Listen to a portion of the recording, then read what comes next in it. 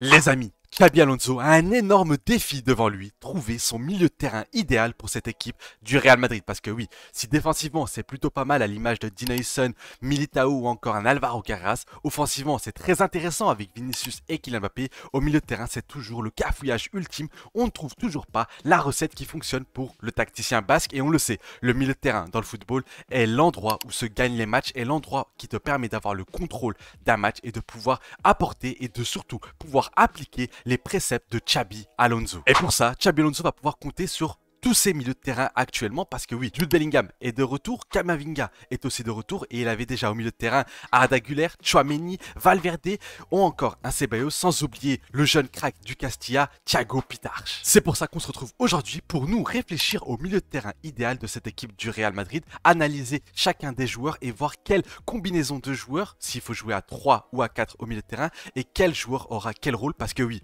ce milieu de terrain du Real Madrid est la clé pour la réussite de cette équipe cette saison notamment. Bref, moi c'est Ous. Si vous aimez le Real Madrid, si vous aimez les vidéos analyses, que ce soit les avant-matchs, les après-matchs ou encore une fois des analyses tactiques comme aujourd'hui, vous êtes tombé sur la bonne chaîne YouTube et je vais tout simplement vous inviter à vous abonner. Si c'est pas déjà fait, ça aide énormément. Objectif, les 16 000 abonnés, on s'en rapproche tout doucement. N'hésitez pas à liker la vidéo, la bombarder de likes parce que ça coûte rien et ça fait extrêmement plaisir et ça aide énormément au référencement. N'hésitez pas aussi à partager votre passion parce que oui, le football est une passion qui se partage dans les commentaires où je réponds à tout le monde, je like tout le monde, on permet de discuter, ça permet aussi de créer du débat. Bref, je vous laisse directement avec l'analyse. Comme vous pouvez le voir sur la miniature, à l'image, à l'honneur, j'ai mis deux joueurs, Arda Güler et Jude Bellingham, parce que oui, l'une des missions de Xabi Alonso sera de composer un milieu de terrain composé justement de ces deux cracks qui pourront apporter du football, qui pourront apporter de la possession, mais aussi de la créativité. Maintenant, voyons les milieux de terrain disponibles pour Xabi Alonso pour cette saison 2025-2026. On a Jude Bellingham qui est de retour, lui qui était blessé depuis la Coupe du Monde des clubs,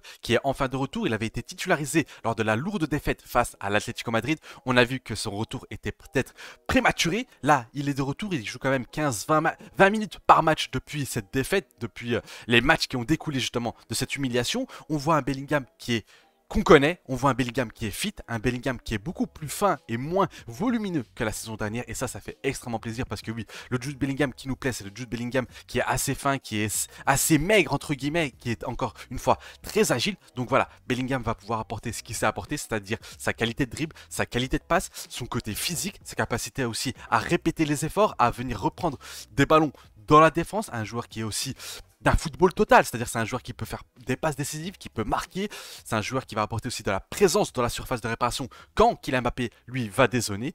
Ensuite, on a Camavinga qui lui joue ses premières minutes avec Xabi Alonso parce que lui n'a pas participé à la Coupe du Monde des clubs. Camavinga, on est sur une saison, c'est l'année ou jamais. Parce que voilà, Camavinga, on attend depuis son arrivée au Real Madrid. Il a montré des choses très intéressantes dès ses débuts au Real Madrid quand il n'avait que 18 ans. Camavinga, c'est un prodige, c'est un joueur qui a un énorme talent. C'est pour moi un joueur qui pourrait être le milieu moderne parfait parce que c'est un joueur qui récupère des ballons, qui se projette à de grandes enjambées. C'est un joueur très technique, très bon dans les petits espaces, une excellente qualité de passe, une excellente vista. C'est un joueur qui est capable de faire énormément de choses, qui a énormément de flèches à son arc et on attend que cette saison soit l'année où il explose parce que oui, Camavinga, je compte énormément sur lui, on en parle juste après. Ensuite, on a Federico Valverde où pour le coup, ce début de saison est très compliqué pour lui. On sent qu'il ne trouve pas son rôle. Le rôle de box-to-box ne correspond pas forcément au jeu de Xabi Alonso et ça, c'est l'une des questions qu'il va falloir répondre et trouver une solution parce que oui, pour l'instant au poste de latéral droit c'est lui qui y joue parce que Trent et Carvajal sont blessés mais à leur retour qui va jouer au milieu de terrain et surtout est-ce que Valverde peut encore jouer au milieu de terrain? Vous verrez que j'ai une réponse par rapport à lui parce que oui, on connaît les qualités de Valverde, c'est un joueur qui fait énormément les efforts, qui va récupérer des ballons, qui va se projeter mais ce n'est pas un milieu de terrain de possession, ce n'est pas un milieu de terrain qui va construire, ce n'est pas un milieu de terrain qui va garder le ballon. Donc c'est ça la question et ça la problématique autour de l'international uruguayen. Ensuite, on a Aurélien Tchouaméni qui réalise un début de saison XXL, c'est peut-être le meilleur milieu de terrain en ce début de saison. Il a retrouvé vraiment ce qui faisait sa force, notamment du côté de l'AS Monaco, c'est-à-dire un joueur qui récupère des ballons et qui va s'en débarrasser très rapidement, mais en étant juste. Et on a aussi vu du dépassement de fonction, parce que oui, la saison dernière, je lui ai tombé dessus énormément de fois, parce que je trouvais que, à part récupérer des ballons et casser le jeu, ça manquait vraiment d'aspect technique. Attention, c'est toujours pas Modric avec le ballon, mais aujourd'hui, on a un Tchouaméni qui récupère le ballon et en 2 touches de balle va essayer de trouver directement les attaquants en profondeur, ou comme un Kylian Mbappé, il l'a aussi fait avec l'équipe de France. En plus, Là, il n'a pas été sélectionné avec l'équipe de France parce qu'il avait pris un carton rouge et qu'il était suspendu pour les 2 matchs. Ça fait extrêmement plaisir parce que du coup, on a un Tchouaméni qui va revenir après la trêve de manière très en forme. Ensuite, on a Arda Güler qui fait un début de saison très intéressant. Encore une fois, il apporte sa créativité. Je trouve qu'on ne retrouve pas le Arda Güler qu'on a vu lors de la Coupe du Monde des clubs, parce que c'est le Arda Güler de la Coupe du Monde des clubs qui m'a extrêmement plu, celui qui va contrôler le jeu, celui qui va être le maestro tout simplement de cette équipe. Maintenant, Arda Güler fait quand même un bon début de saison. Sa connexion avec Kylian Mbappé se passe extrêmement bien. On sent que les deux, c'est réel, un réel cheat code. J'en parle constamment dans les avant-matchs et dans les débriefs parce que ça se confirme match après match. Arda Güler réalise un bon début de saison. On sait qu'il peut apporter sa créativité. On sait qu'il peut apporter aussi au niveau de la passe. Ça, quelque chose qui manque énormément dans cet effectif du Real Madrid. Il peut garder le ballon, il peut se projeter et surtout, j'ai remarqué que cette saison, il s'est beaucoup amélioré sans le ballon. Il va venir récupérer des ballons, il va mettre de l'intensité et surtout, il va participer au pressing. Et enfin, on a Dani Ceballos. Voilà, Dani Ceballos, c'est le couteau suisse entre guillemets. C'est le joueur qui t'apporte un gap technique, mais voilà, c'est un joueur qui n'est pas capable de changer le rythme d'un match. C'est pas quelqu'un qui est capable de gérer le tempo d'une équipe parce que il lui manque ce bagage-là, il lui manque ce niveau-là tout simplement. Il y a un plafond de verre pour Dani Ceballos qui ne va pas casser.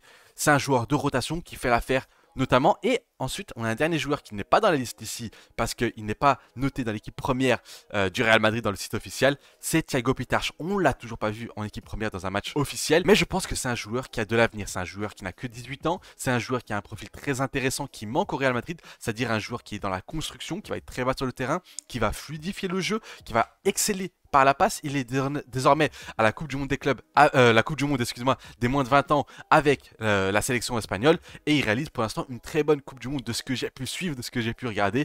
Donc j'espère qu'il aura du temps de jeu parce que c'est un joueur très intéressant. Ce Real Madrid doit essayer de viser quoi? Doit essayer de viser un milieu de terrain comme le Paris Saint-Germain. Un trio qui fonctionne excellemment bien, un trio qui a des automatismes, un trio qui comprenne le même football, la même langue. On a du Vitinha, on a du Joao Neves, on a du Fabian Ruiz. Comme vous pouvez le voir, il n'y a pas forcément besoin d'un joueur qui casse des lignes. Il n'y a pas besoin d'un joueur, enfin entre guillemets casse des lignes, qui casse le jeu comme un Tchouaméni, comme à l'époque un Casemiro. Parce que le football d'aujourd'hui demande à ce que les milieux de terrain d'une équipe qui joue un football moderne soient capables d'être polyvalents, de faire énormément de choses. Ces trois joueurs-là sont capables d'attaquer, de défendre, de garder le ballon, de construire. Et c'est ça qu'il faut viser. Oui, ce sont eux les champions d'Europe. Et quand tu vois le jeu de leur équipe, ça vient d'eux, ça vient de ces trois joueurs-là.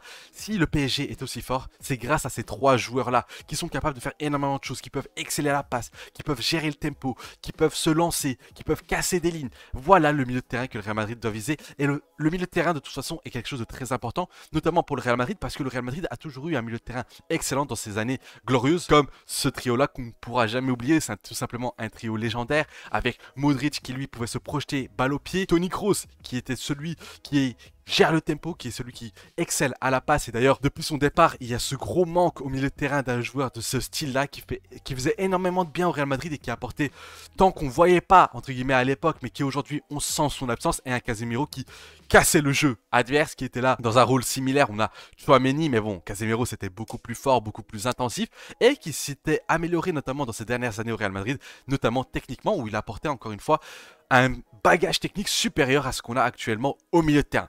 Donc pour mon milieu de terrain, j'ai choisi 4 joueurs. Vous allez voir juste ici, Tchouaméni, Camavinga, Arda Güler et Jude Bellingham. On en parle juste après, mais j'ai choisi 2 compositions d'équipe. Je me suis inspiré de quoi pour cette composition d'équipe? De ce qu'on a vu notamment à la Coupe du Monde des clubs. C'est-à-dire un 4-4-2 losange entre guillemets. Il n'y avait pas Mbappé à l'époque, c'était Gonzalo Garcia.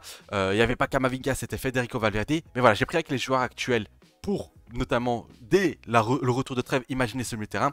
J'ai choisi Tchouaméni, Arda Güler, Camavinga et Bellingham dans un 4-4-2 losange. Aujourd'hui, j'imagine ce milieu de terrain. Pourquoi? Parce que le Real Madrid a besoin de contrôle. Le Real Madrid manque de contrôle dans ses matchs. Même s'ils gagnent leur match 5-0, t'as l'impression que ce Real Madrid ne tient pas le match entre ses mains. T'as l'impression que ce Real Madrid ne dépend pas de lui-même pour remporter ses matchs. C'est pour ça que j'ai décidé de mettre 4 milieux de terrain et pas 3. C'est vrai que du coup, ça veut dire que Mastantuono est mis sur le banc, mais ça c'est un choix que j'ai décidé de faire. Je pense qu'Arda Güler mérite plus sa place qu'un Mastantuono, ou en tout cas son profil est plus intéressant qu'un Mastantuono.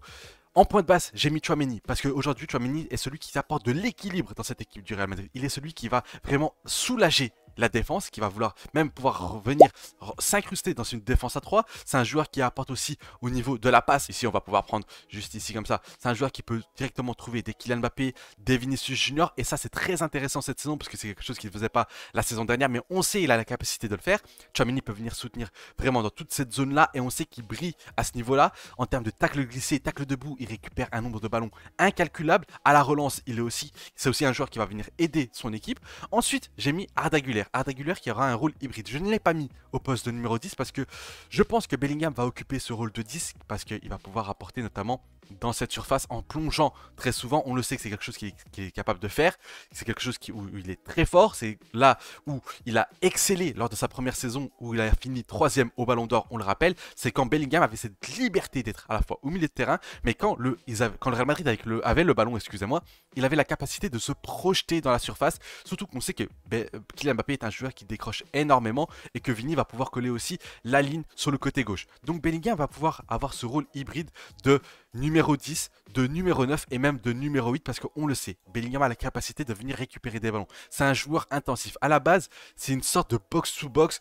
C'est un joueur en fait qui possède un football total entre guillemets. C'est un joueur qui récupère des ballons très bas sur le terrain, qui se projette avec le ballon, qui dribble bien avec le ballon. Je rappelle que notamment quand il quitte Dortmund, la saison où il quitte Dortmund, c'est le joueur qui réalise le plus de dribbles et qui réussit le plus de dribbles. C'était tout simplement le meilleur dribbleur de Bundesliga, un championnat où il y avait notamment Jamal Musiala. Donc voilà, Bellingham t'apporte énormément.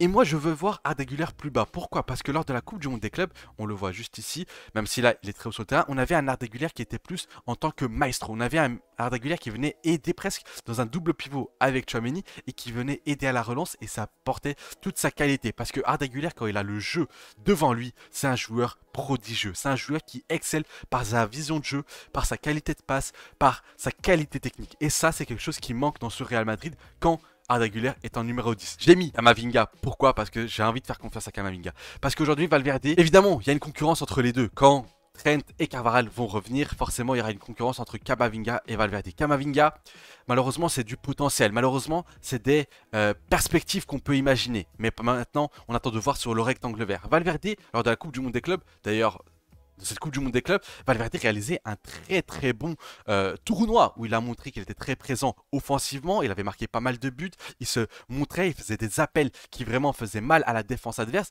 Donc Valverde c'est pas un cas désespéré entre guillemets dans ce milieu de terrain, dans cette équipe de Xabi Alonso, c'est juste que pour l'instant son niveau est assez moindre et c'est pour ça que j'ai envie de faire confiance à Camavinga qui lui va pouvoir aider à la fois à la relance, où il va pouvoir redescendre très bas pour vraiment aider par son aspect technique. C'est un joueur qui est capable de jouer aussi numéro 6.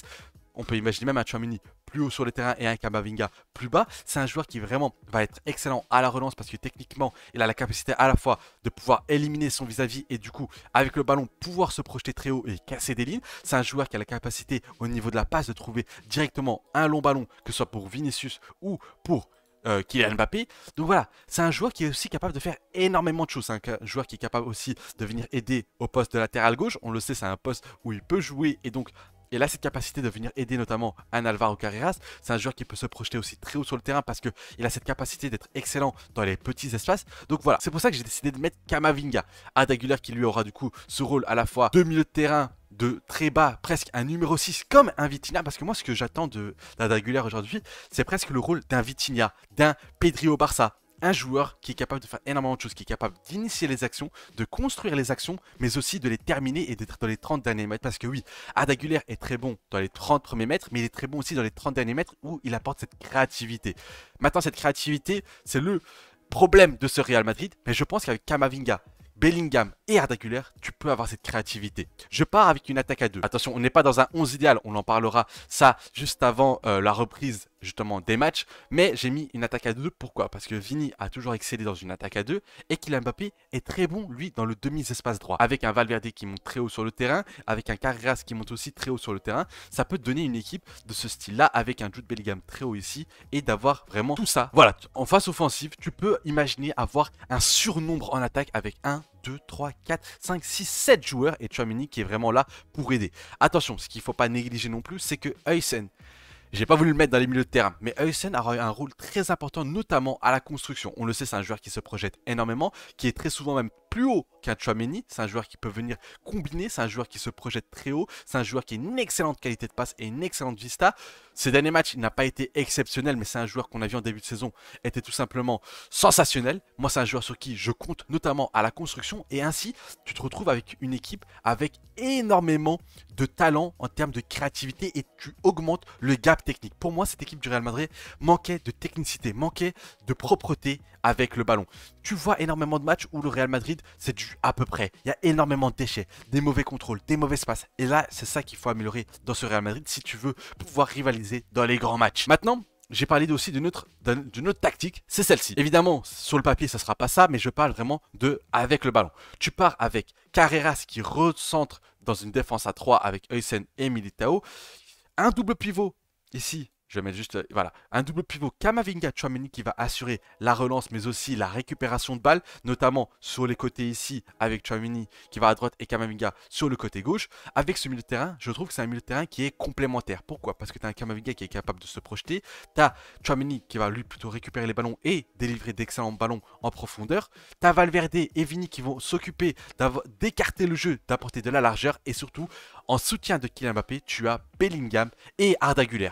Deux joueurs créatifs qui vont pouvoir vraiment apporter des munitions à Kylian Mbappé qui lui n'aura plus qu'à marquer des buts. Évidemment, on va pas se leurrer, on le sait, Kylian Mbappé a cette tendance à pouvoir dézonner et du coup tu peux avoir même un Bellingham qui occupe presque sur le rôle du numéro 9 et avoir un Kylian Mbappé qui lui va pouvoir être au soutien. Enfin, on va avoir un Bellingham qui est en soutien de Kylian Mbappé dans cette zone-là et un Arda Güler très haut et ainsi garder cette connexion entre les trois joueurs. Mais voilà, cette connexion entre ces trois joueurs, ce trio-là, je pense que vraiment il peut apporter énormément de choses avec un Vini qui sera dans un rôle de déstabilisateur, avec un Valverde qui va pouvoir apporter en percussion, que ce soit lui ou Carvajal ou encore Trent Alexander-Arnold. Donc voilà, ça c'est le 11 et le milieu de terrain que j'aimerais le plus voir parce que tu as un carré ici très intéressant avec Bellingham, Güler qui sont très proches dans les 30 derniers mètres. Tu as Camavinga qui va venir aider à la relance, Tchouaméni qui va pouvoir aider à la relance mais aussi et surtout garantir l'équilibre de cette équipe parce que oui, le rôle de Tchouaméni aujourd'hui dans ce Real Madrid, c'est d'apporter de l'équilibre, c'est d'apporter vraiment de la solidité défensive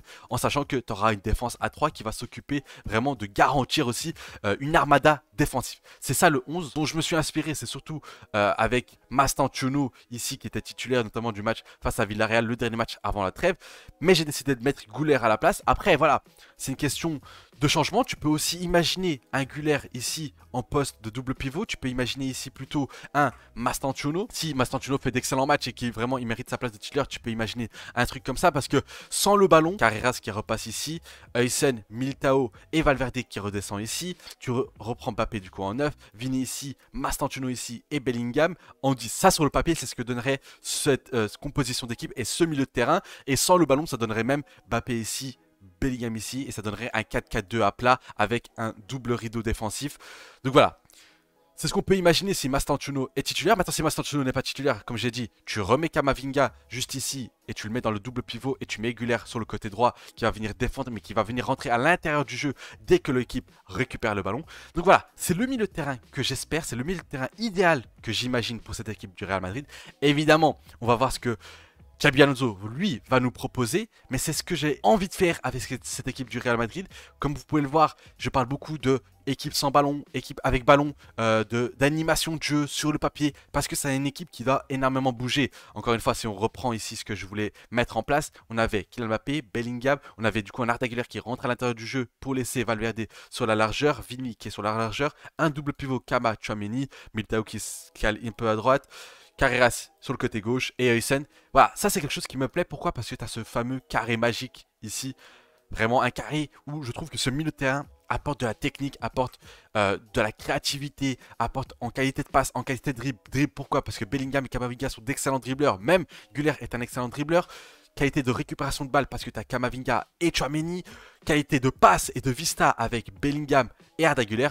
Donc voilà, c'est le milieu de terrain que j'imagine pour cette équipe du Real Madrid pour apporter et combler toutes les défaillances de cette équipe du Real Madrid pour gagner en possession, pour gagner en contrôle de balle. Pour moi, avec ce milieu de terrain, tu as le contrôle du match. Tu peux gérer un match en entier avec cette équipe-là, que ce soit dans tous les aspects du jeu, dans les 3 tiers du terrain. C'est-à-dire 1, 2, 3, excusez-moi, j'ai coupé de mal. Mais en gros, dans ce tiers-là, tu as ces 4 joueurs là qui vont t'apporter énormément en contrôle. Ici tu as 3 joueurs qui sont très bons techniquement, Carreras, Heusen et Militao, qui sont 3 joueurs qui peuvent garder le ballon et qui peuvent apporter notamment à la relance. Et tu as 3 attaquants très intéressants qui vont pouvoir à la fois prendre la profondeur et pouvoir être bons avec le ballon.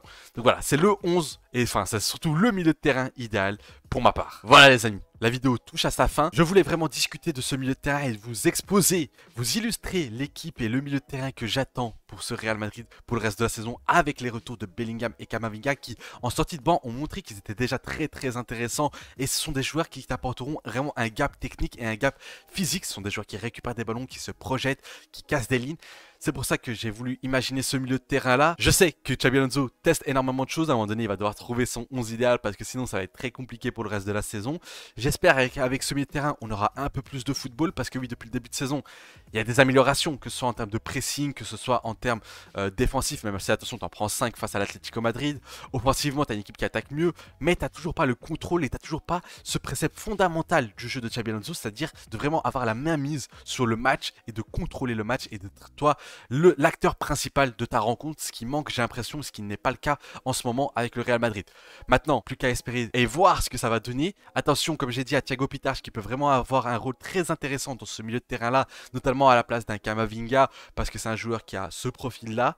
Maintenant, j'ai très hâte de voir ce que Xabi Alonso va nous concocter, maintenant qu'il a tous les milieux de terrain à sa disposition. Bref, j'espère que la vidéo vous aura plu. N'hésitez pas à me le faire savoir en commentaire, en me donnant votre avis en commentaire sur ce milieu de terrain. Et si pour vous, vous auriez changé quoi et surtout quel est votre milieu idéal. N'hésitez pas aussi à liker la vidéo si ce n'est pas déjà fait. Ça aide énormément le référencement et ça aide énormément la chaîne. Vous abonner si ce n'est pas déjà fait et mettre la cloche de notification pour ne pas rater les prochaines vidéos. Et la semaine prochaine, je compte bombarder des vidéos, donc je compte sur vous. Bref, c'était Ous et un avis noyé dans la mer.